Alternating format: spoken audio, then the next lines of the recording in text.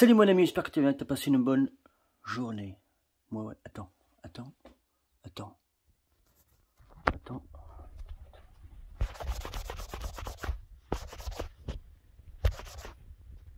Ah, mieux.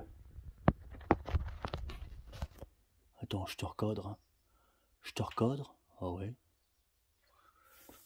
C'est mieux? Tu vois mieux? Bon, j'espère que tu vas bien.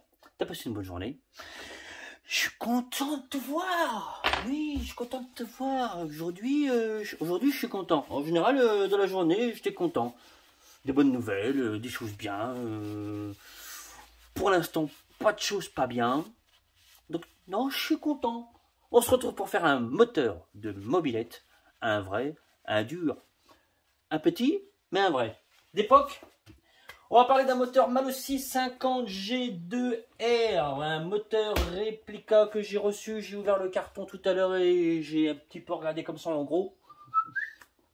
J'ai rappelé le monsieur pour se rappeler un petit peu de ce qu'il fallait qu'on fasse dedans, tout ça. Et puis, t'as vu, je suis habillé à la classe, hein, je suis dégueulasse. Pour voir un petit peu ce qu'on allait faire dedans, tout ça, et on va regarder tout ça ensemble. Un moteur qu'on voit pas souvent, c'est même le premier qu'on fait sur la chaîne, donc ça va être hyper intéressant. Moi j'ai installé pour prendre les diags et tout ça, on va prendre le rapport volumétrique ensemble, on va regarder ce que ça sort, ce que ça fait d'origine, en mettant le piston au point mort bas à fleur du bas des transferts, et on va regarder ce que ça donne. Donc,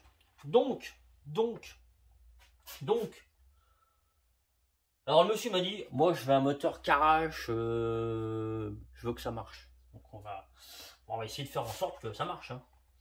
On va déjà regarder déjà ce que ça sort en termes de diag et de rapport volumétrique. Je vois que tu es en train de faire une fixette sur ma calvitie, arrête, hein. C'est pas gentil ça.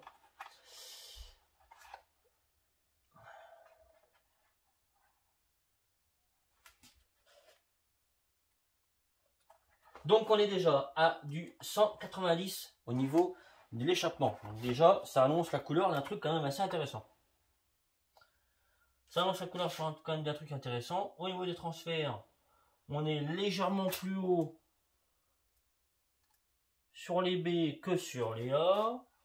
On va prendre tout ça. On va prendre, je ne vais pas te donner dans le détail. Hein.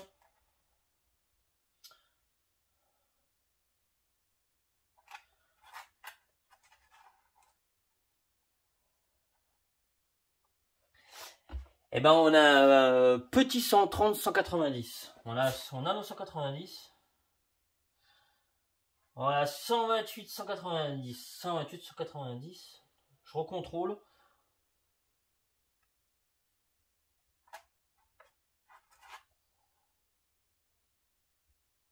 Ouais, on a un petit 128, 190. Donc, eh ben, on va faire plein de choses là-dedans. Ah ouais, ça va être bien. Ça va être bien, ça va être pas mal. On va prendre le rapport volumétrique aussi tous les deux. On sait que déjà, alors c'est un moteur qui va être monté avec un carburateur 24. Donc des cartes à mal aussi. Des clapets que j'espère que le monsieur va pas garder cela. Je viens de lui conseiller des clapets autres que cela. Ça, c'est des clapets que tu vas retrouver dans les cartes mal aussi. Comment merde ça dans les cartes mal aussi, tu vas trouver ça. Bon, alors ça, si tu as envie d'avoir un moteur qui fonctionne plutôt bien, non. Non, c'est hyper souple. J'aime pas. J'aime pas. Non, j'aime pas. J'aime pas. Non, j'aime pas. Donc, je vais conseiller d'autres clapets. En mal aussi, alors peut-être pas du VL18 parce que c'est quand même assez costaud. Avec le Carbut 24, ça va être un peu trop bien adapté. Hein. Mais je dis, sinon, tu peux aller voir David. C'est quelqu'un qui fait des boîtes à clapper en type un peu V-Force ou les top perf aussi, hein, un peu type V-Force aussi comme ça, qui sont sympas, qui rentrent très bien dans ces cartes-là et qui fonctionnent très très bien. Donc on va prendre tout de suite le rapport volumétrique du moteur ensemble. D'accord? T'as envie? T'as envie ou t'as pas envie? Donc le moteur il est arrivé dans le carton. Bon, il y a un peu de nettoyage à faire, tout ça. On va s'en occuper tout à l'heure. Donc c'est parti, on va prendre le rapport volumétrique. Moi j'ai sorti ma tablette tactile. et on va prendre tout de suite le rapport volumétrique de du 50 mal aussi. Donc j'ai mis le piston préalablement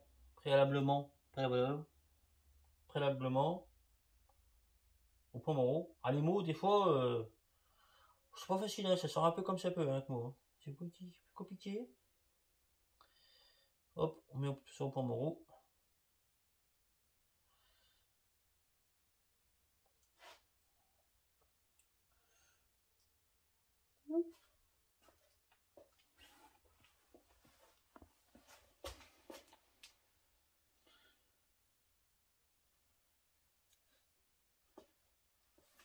T'es là? Ouais. Attends. Attends. Attends.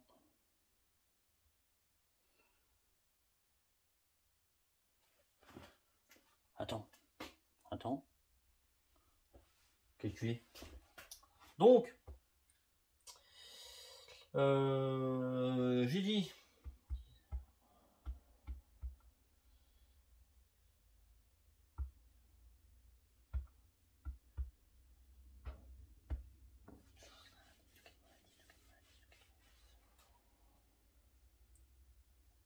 De 90. Tu retiens? Tu notes? Tu notes?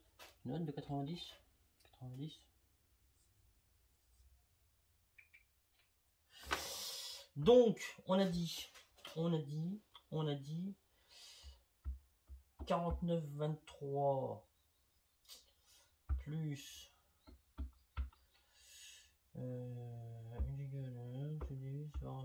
9. Ah ouais, bah en ce moment, j'aime bien les moteurs qui compriment à 18. Bon, on y est presque. Donc, ça va pas. Du coup, ça va pas.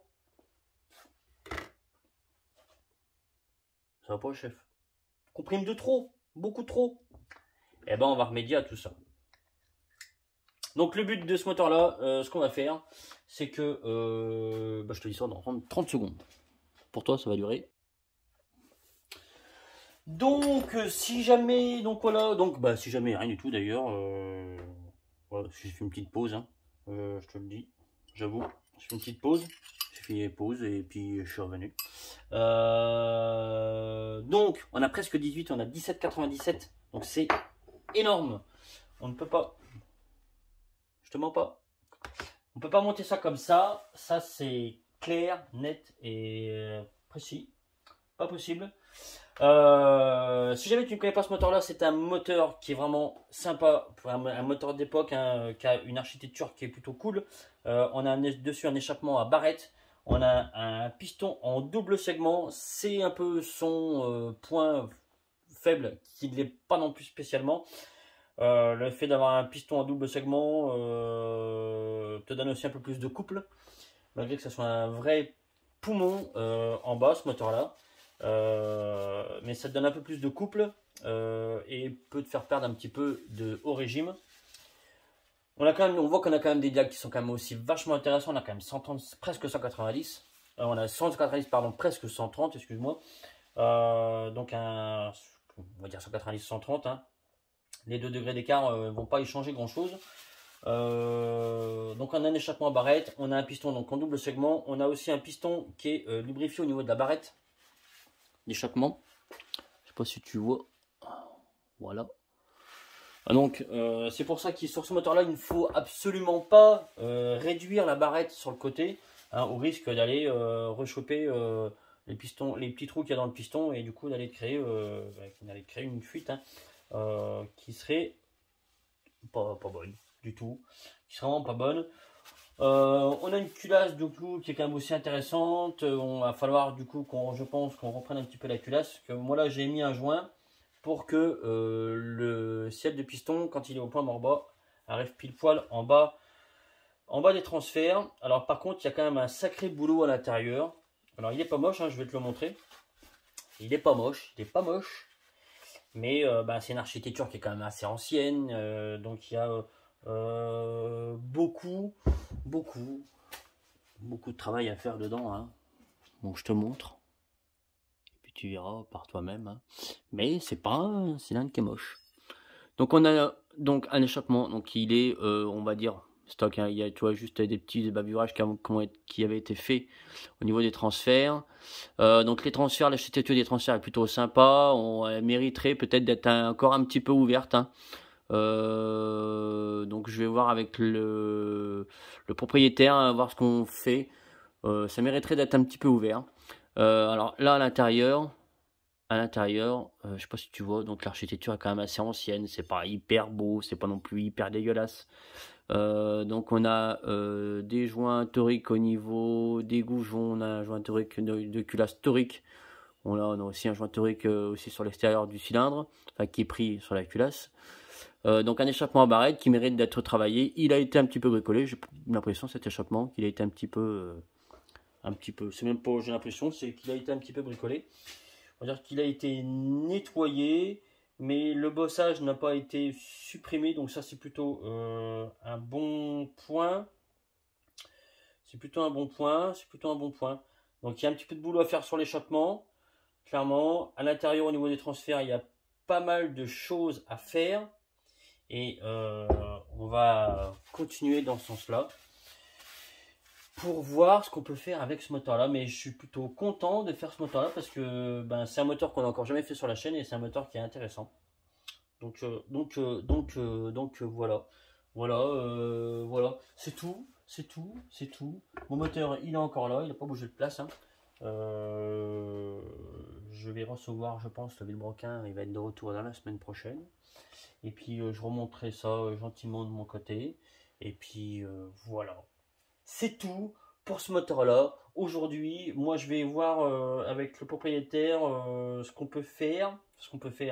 Il y a des petites choses à faire. Toi, comme sur l'écarter, on va essayer de supprimer cette partie-là pour pouvoir mettre les joints spi par l'extérieur. Donc ça, c'est aussi intéressant. Si jamais si jamais tu sais pas, tu connais pas, on peut supprimer ici la partie de la collerette. Tu vois, ils ont déjà été ouverts. Pourquoi ils n'ont pas été ouverts jusqu'au bout, je sais pas. Mais supprimer ça et pouvoir rentrer les joints spi par l'extérieur si jamais tu as à changer un joint spi parce que tu le fais, tu n'es pas obligé d'ouvrir le moteur en deux pour juste changer un joint spi. Ça, c'est un peu un truc, je t'avoue, qui est un peu débile. Mais du coup, ça peut être intéressant de le faire. Je vais voir ça tout de suite. C'est un moteur qui a un Villebroquin aussi mal aussi, d'époque, donc qui est en super bon état. Voilà. Donc voilà où on va se diriger sur ce moteur-là. J'espère que cette vidéo t'aura plu. Merci encore de me suivre. Il y a des nouvelles qui vont arriver dans les jours à venir. Je n'en dis pas plus au jour d'aujourd'hui. Des trucs intéressants, tu vois, ça va être. Je pense que c'est plutôt cool. Voilà. C'est tout. C'est tout, mon lapin.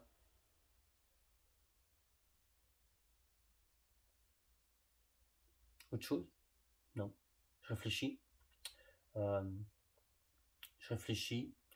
Euh, on parlera d'un sujet aussi. On parlera moteur, hybride, carter moteur, tout ça peut-être dans une prochaine vidéo.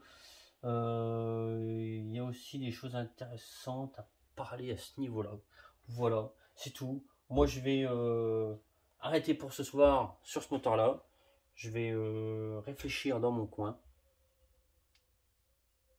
Puis voilà, c'est tout. Allez, je te fais des bisous, à bientôt.